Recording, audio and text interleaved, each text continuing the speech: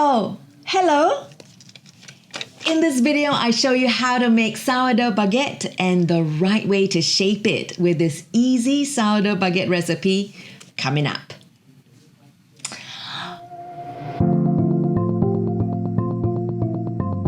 Hey, if you're here for the first time, my name is Lynette and I'm all about being beautiful and healthy naturally. So sometimes I talk about makeup tips and tricks, and other times I show you how to make foods that'll multiply your gut buddies. Why? Because there's massive emerging research showing the link between our gut health and how long we live. So if you're new here, definitely consider subscribing to my channel for weekly updates on health, beauty, and lifestyle.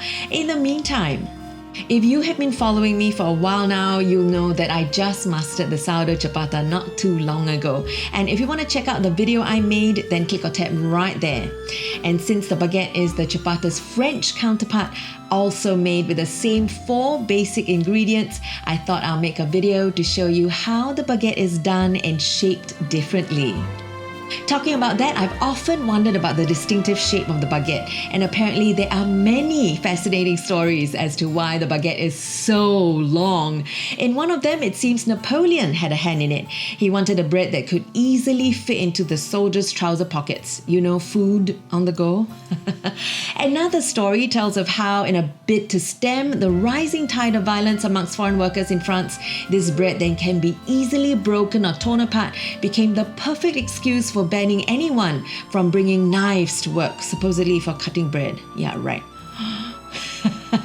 Yet another story tells of how the baguette became the one bread to rule them all, you know, like the one ring to rule them all. Yup, it was endearingly termed the bread of equality, as bakers were legally obligated to bake only one bread for both the rich and the poor. But never mind the veracity of these stories. Point is, the baguette is what it is, long, and it's both a staple and a symbol of France. And with that, let's jump right into the making and shaping of this long bread. This recipe makes 1 skinny baguette or 4 baby baguettes, by the way. It weighs in at just under 250 grams, so feel free to adjust upwards depending on your needs. Now let's measure out 60 grams of bread flour and another 60 grams of plain flour or all-purpose flour. Add 3 grams of pink salt, 48 grams of sourdough starter, plus 78 grams of ice cold water. Mix them all up in your stand mixer at low speed for about 3 minutes or until you get a nice shaggy dough. Then leave it to sit on your counter for about 30 minutes. After 30 minutes, stretch and fold the dough. Let it sit out for another 30 minutes. Stretch and fold it a second time and then let it rest again for another 30 to 45 minutes. The point of all this is really to give the dough time to rest. Otherwise, it will resist you when you try to shape it too early. After about 2 hours from the time you mixed everything together, divide the dough into 4 equal parts of about 64 grams each and shape it like so.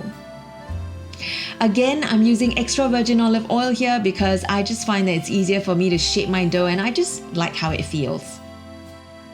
Pre-shaping is like suggesting to the dough the kind of shape you want it to be eventually, and it's good to let it rest for 20 minutes after this. Anyway, this is how to shape the baguette, whether it's one big baguette or tiny ones like these. The technique is exactly the same. After 20 minutes, it's time for final shaping. Remember, the ugly side is always up. Then you fold it over itself like so from the top across the middle. And then you turn it around and fold it over itself again. Only this time, you press it down with your wrist to create a seam.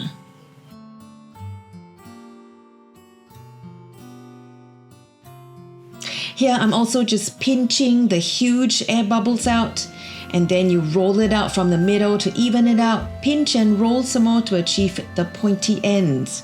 Then pick it up gently and cradle it into the mold. Always remember that the ugly side or seam side is up.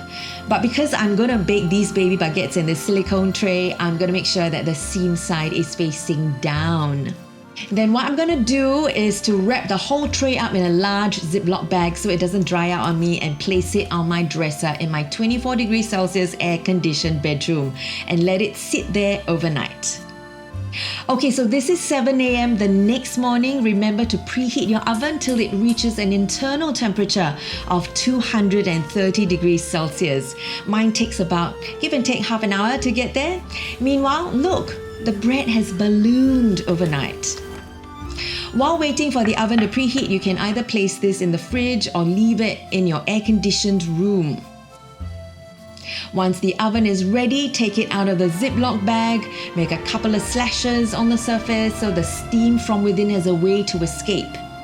And then just before baking them in the oven, spritz a little bit more water on the top of these baby baguettes to give it more of an oven spring, and also dust a little more flour on the top. Then bake in the oven for about 15 minutes or so.